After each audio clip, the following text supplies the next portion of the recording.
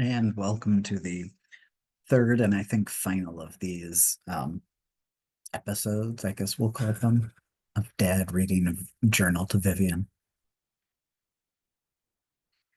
And here we start with undated. So, oops, my ability to follow through continues to deteriorate with time. Vivian. Okay, I give up. I didn't get this done before your birthday, obviously, and I have had a bit of difficulty getting the motivation to pick it back up and get it done. It feels like failure. I know you can understand lack of motivation, though. I've seen your challenges with getting up and going in the morning lately. It's been a bit of a head trip for me, frankly. You, the little girl that often even beat me out of bed in the morning. It is hard for me to not catastrophize, and a lot of that is just me, so thank you for not getting upset at me or taking it personally, as far as I can tell. I'm aware that I can sometimes be annoying lately, and I apologize for that. I often struggle with dealing with unstructured times, and this winter break has been no different. I'm not good at building my own schedules, even though I do better with a schedule of some sort. The reality is that I tend to deprioritize myself and my needs. I internalized the message that I wasn't enough. I hope that I haven't taught you that too heavily. I've had less fear that this was the case lately because you have seemed more willing to open up, and I have really enjoyed that about you. You really are an amazing young woman to watch grow up and become your own person. Seeing what you ask for, listening to music with you that you pick out, and hearing you talk about what you and your friends do has been an absolute gift. Your grandma Sue used to say the same thing to me, and I never really saw her act on that when I was growing up. I love your grandma Sue, and I'm not sure it was that what it was that hurt her, but it was sure something that did a lot of damage to her. It still hurt me seeing the way she acted toward me. For me, some of the biggest hurts happen when folks' words don't match their actions. It feels like a betrayal when it's someone near to me. In my younger days, when you were in preschool, we learned from your preschool about how reading builds empathy. That really rang true for me, and growing up as a kid myself, reading was how I got to experience the world. I have never been a fan of travel. You know how much I believe that if we were meant to fly, we'd have wings. At the same time, I have always loved variety and learning new things. That creates quite the conundrum in rural Ohio. That was the thing I appreciate most about living in Columbus. I think this was a big part of why I liked Doctor Who, Star Trek, and science fiction in general. I don't think you've seen it, but X-Files was a flash in the pan show in the 90s that I watched with Grandma Sue and Grandpa Ken and Aunt Kim. It was all about aliens and monsters and conspiracies. We would snuggle in Mom and Dad's bed and watch it on Friday nights together as a family. I still miss that, even as a grown man. I have no idea how many times I have had Dad carry me to his bed because I was asleep from that Friday night ritual. I like those little rituals, in part because they play into my desire for routines. That's part of what I like about conservative Judaism and my synagogue, their reliance on ritual and pattern. It's also a pattern that helps me to give connection to something bigger than myself. I enjoy that reminder to be humble. Mind you, that's humble, Vivian, not humiliated.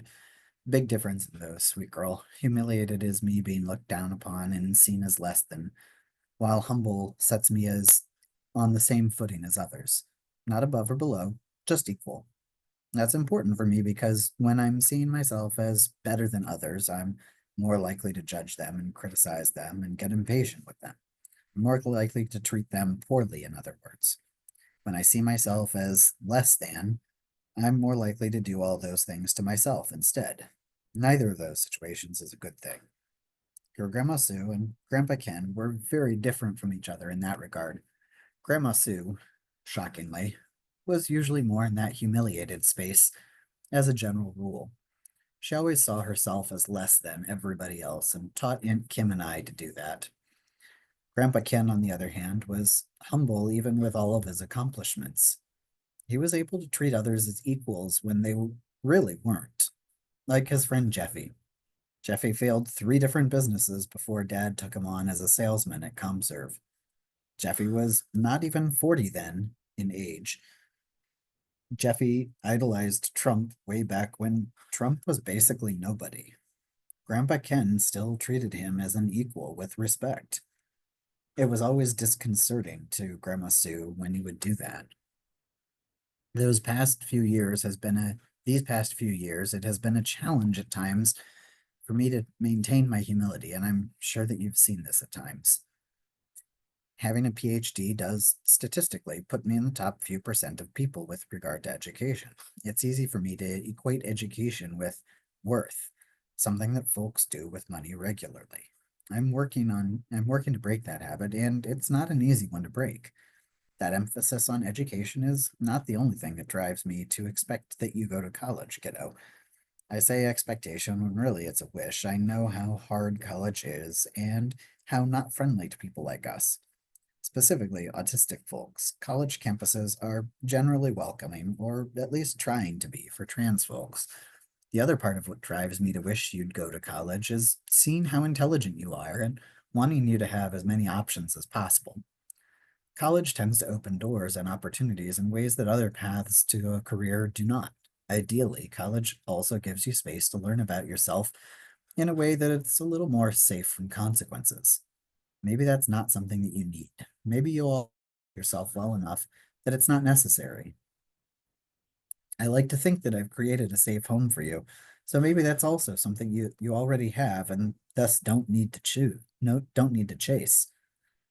No matter what, I'll do what I can to support and love you for as long as I can. That's my job as a parent, and that's what brings me joy. That's how I show my gratitude for you. Love, Dad. Vivian. It's another day, young lady, and I'm sitting here in a meeting discussing willingness versus action as concepts, and it's really hard for me to not throw things because so much of what folks are saying is so obvious to me at this point. Does anyone really need to hear an older person talk about willingness as a feeling when they have decades clean and still act like a fool?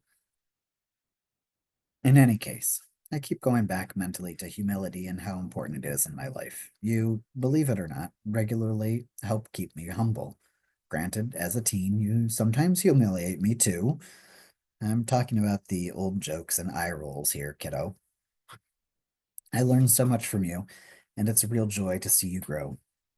It can also be really hard when I realize that you're growing apart, that we're growing apart, or that you're growing into something very different from me. Ideally, I can appreciate our differences and I get to know a different perspective through you. I'm not always in my ideal state of mind, truth be told. You'd probably argue that I'm nuts most of the time, and that's totally okay. A lot of that fear of us growing apart or you being different from me comes from my fear of rejection and lack of self-acceptance. I get afraid that you'll think less of me because we're different. That's a whole lot of projection of my shit onto you, and I'm sorry for that, Viv. Another part of my fear is that I'll lose you if we grow apart, some or are different in some way. Losing you is something that I know would be emotionally devastating for me. I'd be devastated at not having you, and I'd take that loss as validation that all my fears and self-acceptance were true. I was afraid to have kids because of my family's history with cancer and mental illness. I was afraid to lose folks because I've already lost so many. I was afraid to have kids because of my history with addiction and suicidality. I get afraid of connection with other people because I've had so much rejection. I'm afraid of responsibility because I know my own history with irresponsibility. I'm sorry you got such a mess of a dad, kiddo. I've done the best that I could with raising you well, and I lucked into the best damn kiddo around. Thank you for being her. Love, Dad. Young lady, I have really enjoyed TV with you lately. Not just because I enjoy Picard and Firefly, but because we've had more conversation over dinner. It's not a ton, and that's okay. It's more than we've had, and it's important to me. It's also been nice talking about different things with you and not just the usual check-ins from the day. I care about your day, of course, and I also care about the stuff deeper than just your day. your feelings, your thoughts, your dreams, and so on. I even, maybe most, like the light, casual conversation we have at times. Really, anything that helps to connect us is great, in my opinion. You seem to not value talking in the same way I do now, or at least not the interest in talking with me. Although I'm grateful that you are as open with me as you are, and that's a gift most parents of adult children don't have. I don't know how you see things, but I see us as a lot closer than other dad and daughter dyads that I know, and that's a gift because you're a gift. I say repeatedly that you are incredibly intelligent, and I really do think it's true. I also am afraid of you being out on your own because I don't think you're ready yet. You will be someday, and sooner than I would like, most likely. Part of that is also a fear of loss and abandonment and rejection. More importantly, fear of loneliness. At the end of the day, possibly the thing that I'm afraid of the most is being alone with my thoughts, because that's a pretty terrifying place. Thank you for keeping me company. Love, Dad. Hey, my dear girl. Celebrating your birthday was such a gift this year, especially even though it wasn't a big celebration. I used to enjoy creating a whole event for your birthday. I wanted to show you that you were loved, and I wanted to show the world that you were loved. I can't explain why I thought that was important, other than possibly because your birthday was on the Christian Christmas, and remind people of you and your awesomeness. I'll always remember the movie birthday party that I had for your 12th birthday. We came out of the movie and heard of Carrie Fisher's death and how shocking that was. It was a real challenge trying to get people to your birthday, and I still carry a sizable resentment towards some family members because of their unwillingness to focus on your birthday, or really because of their seeming desire to emphasize the holiday that our families celebrated, while we did not, instead of focusing on you, the more important person, in my opinion. That difficulty with getting people to celebrate your birthday with us also brought up a lot of stuff from my childhood. I had a similar difficulty getting people to come to my parties, even without my birthday corresponding with a holiday. My 10th birthday was an utter flop, and absolutely no one came to it. That may have been a bit more traumatic than I liked to think in the past, looking at my responses to these emotions. One of the things that I've learned in recovery is that I sometimes, often, don't understand myself as well as I think I do. This may be an autism showing, this may be my autism showing, or it may be the effects of decades of drug use. I don't know, and I don't know that it matters which. This has been a harder exercise in humility for me. I don't like admitting when I'm wrong about myself, in part because I'm afraid folks will use that to deny me what I want. That's been a decent amount of my experience, having things I want denied to me, sometimes because of circumstances and not about someone else's decision. Your childhood and growing up has, for me, been an exercise in doing my best to give you everything you want that I can. A big part of that is because I love you. A smaller part of that as a way to give my younger self the things that I wanted. As I write this, I hear how bonkers that sounds. I can't change the past, and the stuff I get you is often not exactly what I needed or even wanted. We're different people. I'm sure that's a shock. Really, what I needed was to not have all the hurt that came up with being poor. I needed not to be yelled at for eating things. I needed not to be teased. I needed not to be told no constantly. And I needed to feel wanted and loved and not like an afterthought. I didn't, I don't always know what you need except for the basics and when you ask for, Vivian. I'm also not that smart, and sometimes I still get it wrong on what food or basics you need, or what material things you need, buying the wrong game or book, and so on. When it gets to immaterial things, emotional needs, validation and support needs, challenge needs, or growth needs, and reassurance and support needs. I do the best I can, though, and I can see your smile holding back laughing at your old man. I get that. I can be a real idiot at times. I am 42 years old and don't always know what I need myself, so Knowing what someone else needs seems more than a bit far-fetched.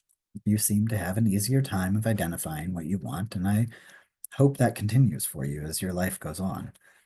I know how much it hurt for me hearing that you are going to face a rough road with a lot of scrutiny if you choose to pursue your pilot's license. That first visit with the medical evaluator was something that I was so excited about. It seemed like an actual step forward and an important step. Instead, it felt like such a disappointment when we were leaving. In my better, more stable moments, I like to think that that visit might at some point act as a catalyst to help motivate you to act on things like focus or attention, diligence, persistence, and other admittedly hard skills. Especially considering our neurodivergences, these skills are challenging more than usual, or for other people at least. I don't have any desire to put you into inpatient mental health care. I know how damaging that can be and how it sometimes causes more problems than it helps. Your Aunt Kim and MJ both had bad experiences with inpatient care, as have I when I was younger than you are now. At the same time, I sometimes let my fear and frustration build to a point where I don't feel like there are options to move forward. I feel hopeless in those moments and overwhelmed. At times, my hopelessness and overwhelm can tell me that a bad idea is a good idea or that inpatient is a good option. It is an option, yes, and only one that you can make for yourself. It's a bit of a geographic cure in reality, and in my experience, those geographic cures don't help us get to the root of a problem and in a way that is sustainable in the long term. I think you know that we need help and that I can't provide you everything you need in order to thrive. I for damn sure do at this point. I wish I could, and I do the best that I can to provide what I can for you. Knowing my own history, I often fear that you won't reach out at work to find folks who can help you. I have a tough as fuck time trusting people, and trusting them to help me is even harder for me. You seem to have picked up that defect of mine. You are one person that I do trust, young lady. Maybe more or in different ways than a parent should trust his daughter, and I'm working to navigate those boundaries and compartments in better ways than I have in the past. I'll let you be the judge of how well I've done. It may just be your age, and I can't help but think that you're regularly judging me as inadequate in some way. Frankly, I know that I'm inadequate in a lot of ways.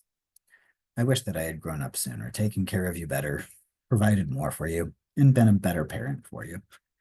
In my calmer moments, I can acknowledge that I did the best I could under some really tough circumstances.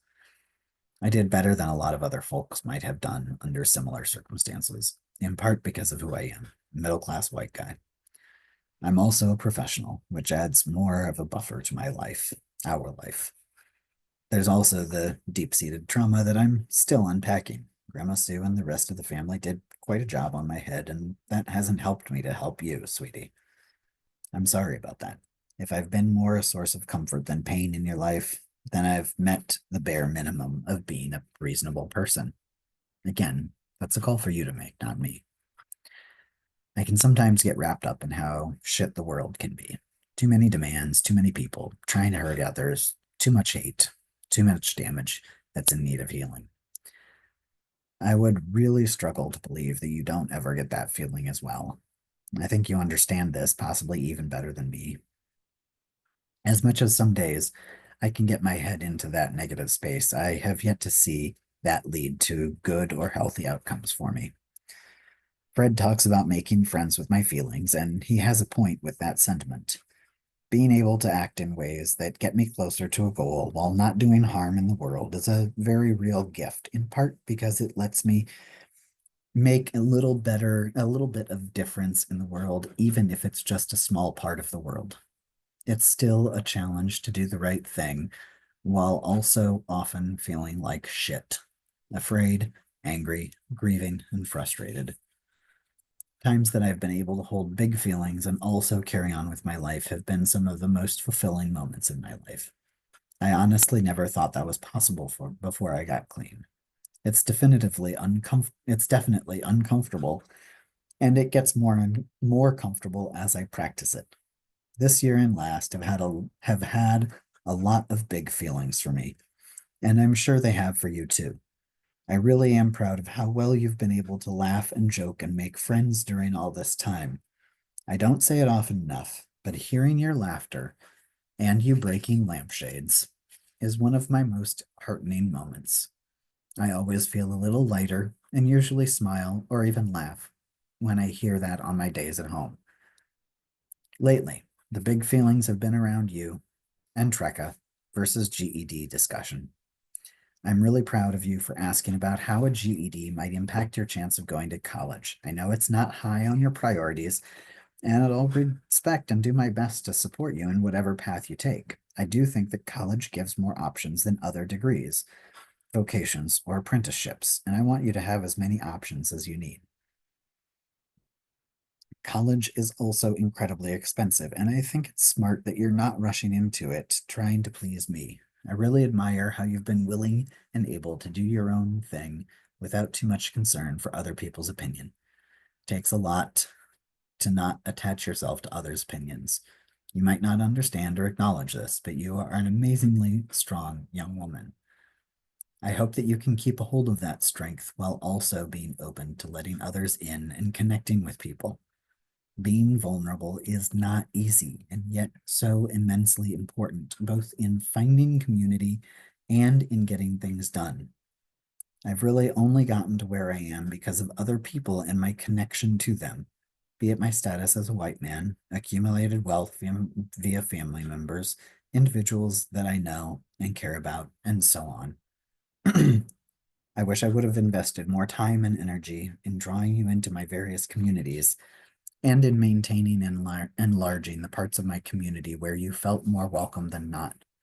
That's an aspect of parenting I know I've fallen short in, Vivian.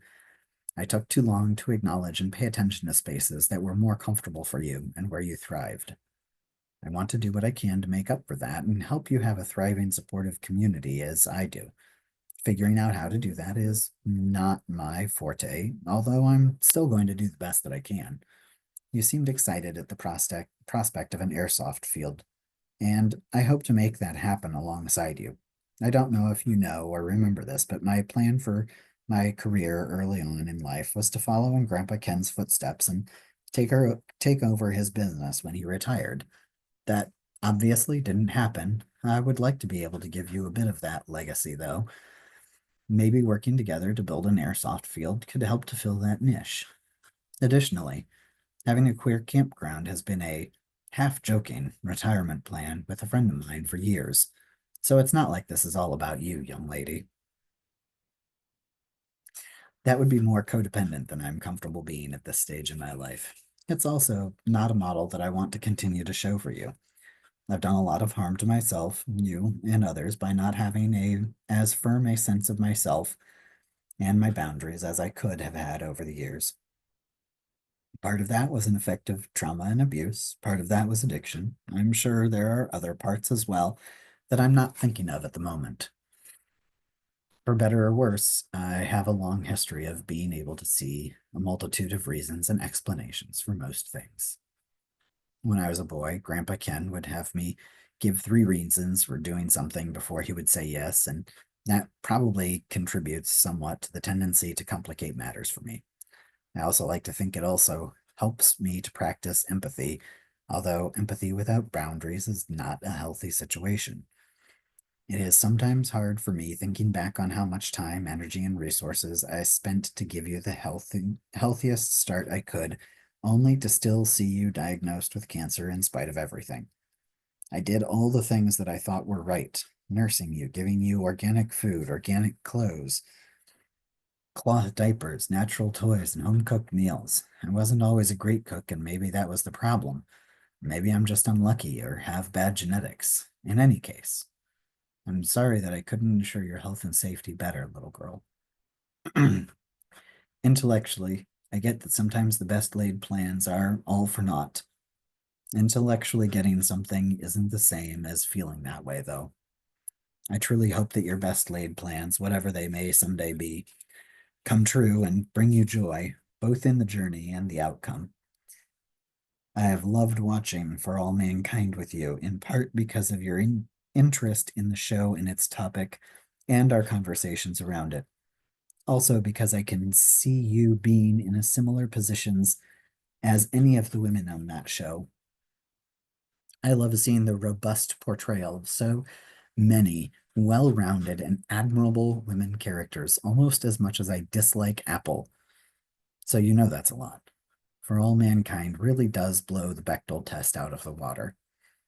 It's been a long time since you were my life, since you were my little comic book reader, and I hope you find your way back to it someday.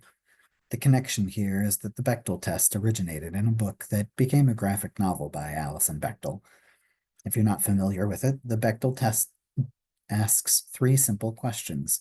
Does a movie or show feature at least two women in sizable roles? Do these women speak to each other? And do they speak about something other than men?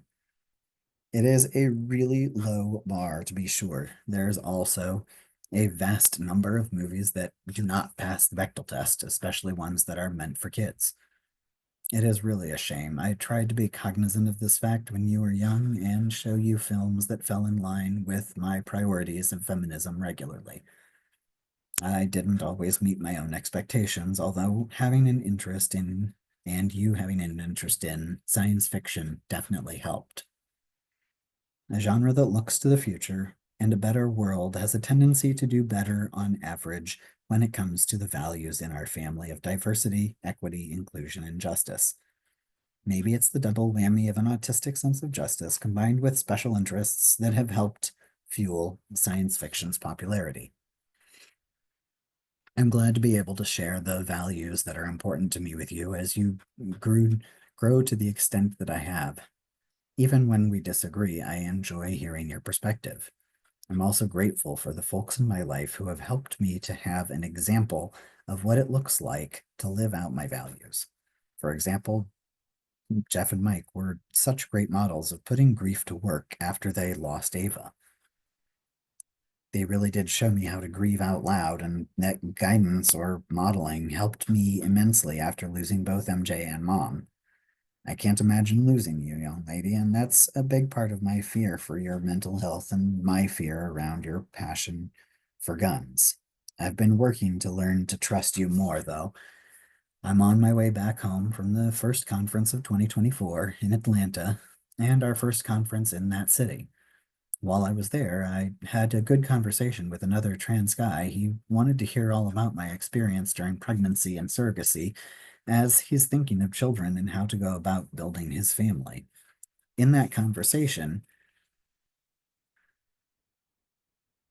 I repeated the analogy that I've heard plenty of times before, and it still resonates with me all too well. Parenting really is like having my whole ass heart walking around outside my body.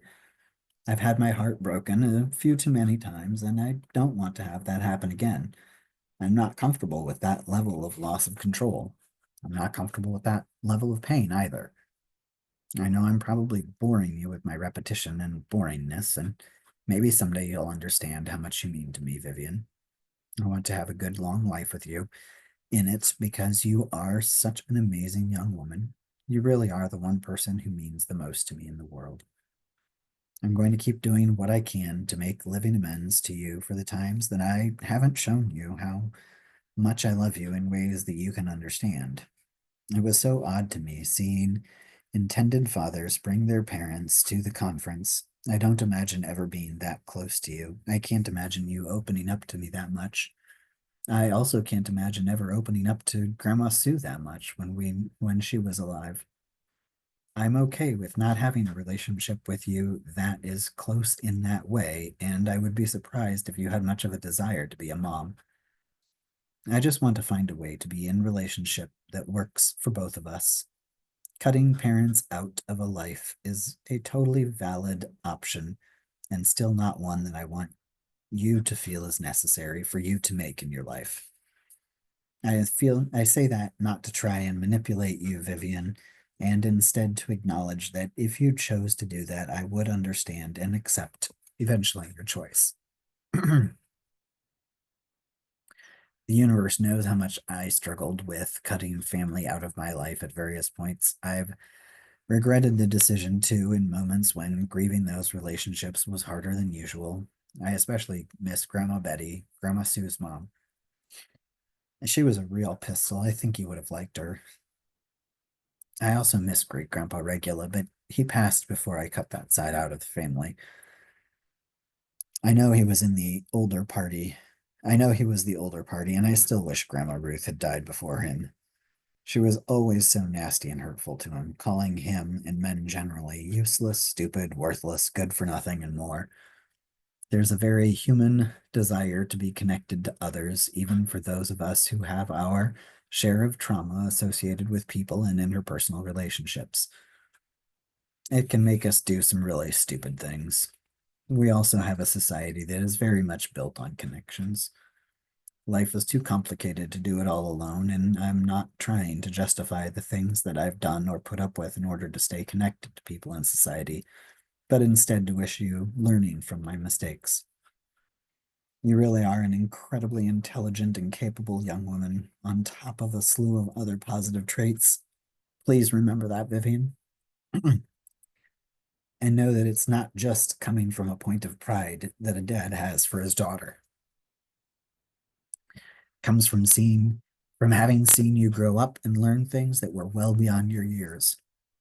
I remember your interest in robotics and computing when you were younger. While I often talk about your little binge of teaching your classmates poker, you were possibly even more impressive with your Scratch club that you and Mr. Poole started at Holden.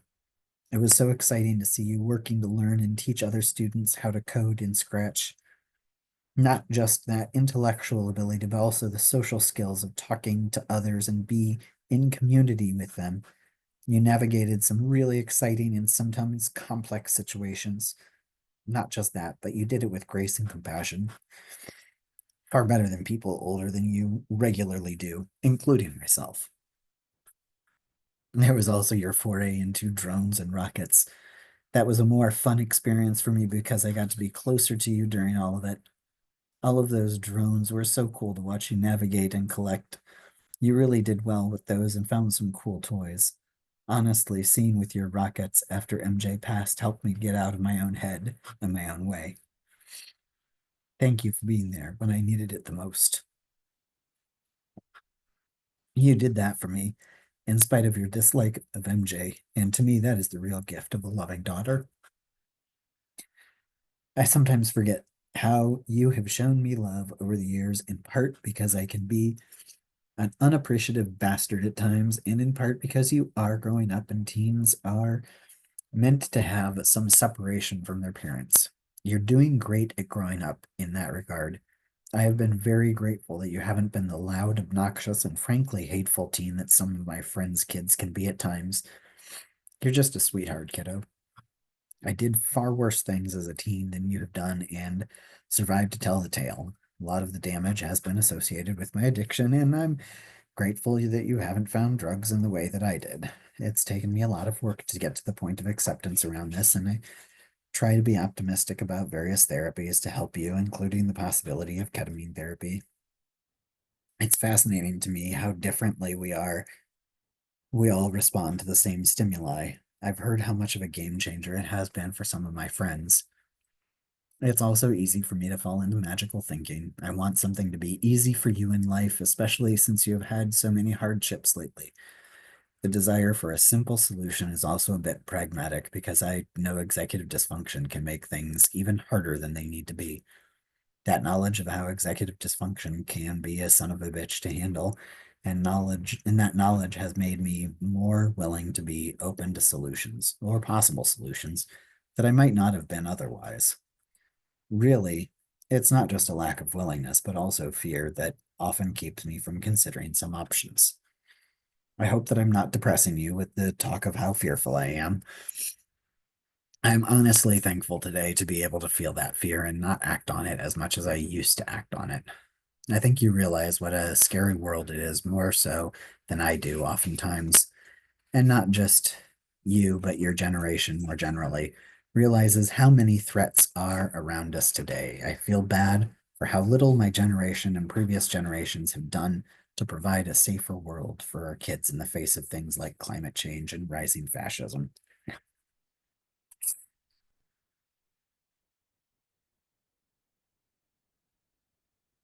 Hell, in many instances, we've been the ones making it worse for you kids. Too many parents are their kids' first bullies. The reality of life is change, and change brings up a lot of fear for people. Life has also changed incredibly quickly in the time that I have been alive. The time that I have been alive is also not nearly as much as you sometimes seem to think it is. In the grand scheme of humanity, 43 years is a blink of an eye. 18 years is an even shorter blank, and yet it is so hard to remember a time without you in my life. I say that last part as a good thing because you are such a gift. I can worry at times that I am overbearing and don't allow you to have your own space and growth as much as you deserve. It's not simple to walk that line between support and not enabling. At the end of the day, there is very little that I wouldn't do if it would help you, Vivian. I'm grateful to be in a space that I can provide you that support. Ellen and Musikow were in a similar place and still are with Zyle and MJ. They've been able to provide a lot of support for their boys over the years, as their parents did for them.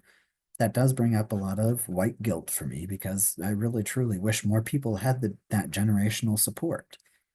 As poor as my family may have been when I was growing up, MJ's growing up was very different from mine.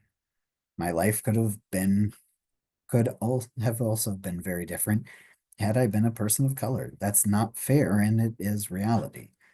Even with as little privilege as it seems that our household has at times, we have been really blessed. And there are folks who have life far harder than us. Trying to pay it forward has been a driving force in my life, and I hope that you can learn to foster that gratitude and perspective as well. How that gratitude shows up in your actions is something for you to decide. I trust that you'll figure life out for yourself as you grow into who you are over time. I know you'll act as the kind, caring woman I know you'd be. I'm not worried about that. My hope for you is that you can find and feel that gratitude. It's that feelings of gratitude may truly help, that feeling of gratitude that truly helps me to keep going much of the time. Yes, actions matter and feelings do too. As it concerns you, I'm more interested in your feelings. I want you to be happy, sweetheart. I also want you to be healthy, and those two things are very much connected. You know yourself better than anyone else, and you are incredibly intelligent and caring and creative. I don't doubt that you will figure out how to live your best life and what your best life looks like. My job is just to be here and support you in your journey in the ways that I can. I have been feeling more limited in that capacity and ability since you turned 18, and that's not entirely due to you being an adult. Some of it is also burnout and exhaustion setting in over time. This isn't something that I'm used to feeling, even with all that I've done before. These last few months have taken me more strength, faith, persistence, and ingenuity than I have had to use before, or at least more than I've been cognizant of using before. There was much, really most of my life, that I had absolutely no feeling of what I was doing before. I might have been aware of what I was doing, but I didn't associate a feeling of what I was doing. I've been working on recognizing those feelings with my counselor, and it does take work to not be numb and instead feel those feelings. I struggle with making friends with my feelings, as Fred says. I'm getting there, though. There have been a lot of feelings to make friends with.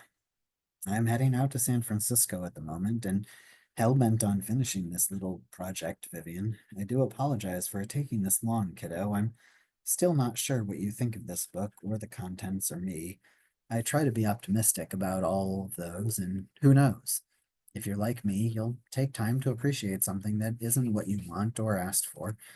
I'm not the fastest thinker, and I'm not often very open to ideas that aren't mine. I can most definitely see at this point in my life how that's been a bit of a barrier to me getting what I want or feeling better about interactions in the world. Probably most relevantly, it caused a lot of friction between Grandma Sue and I. I don't want the same thing to come between us. I came between us plenty enough as is. By I in this case, I mean my ego, my fear to have things under my control. I put quotes there because control is such an illusion.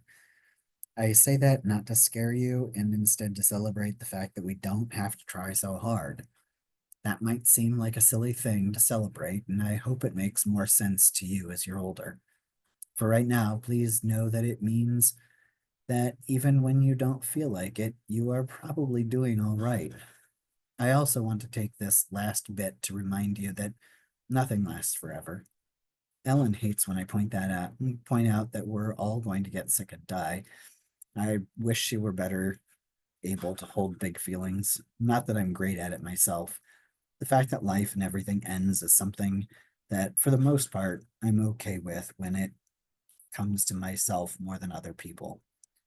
Me dying means an end to an often painful existence. Other people dying means more pain to try and grow through. I've had enough growth, thanks.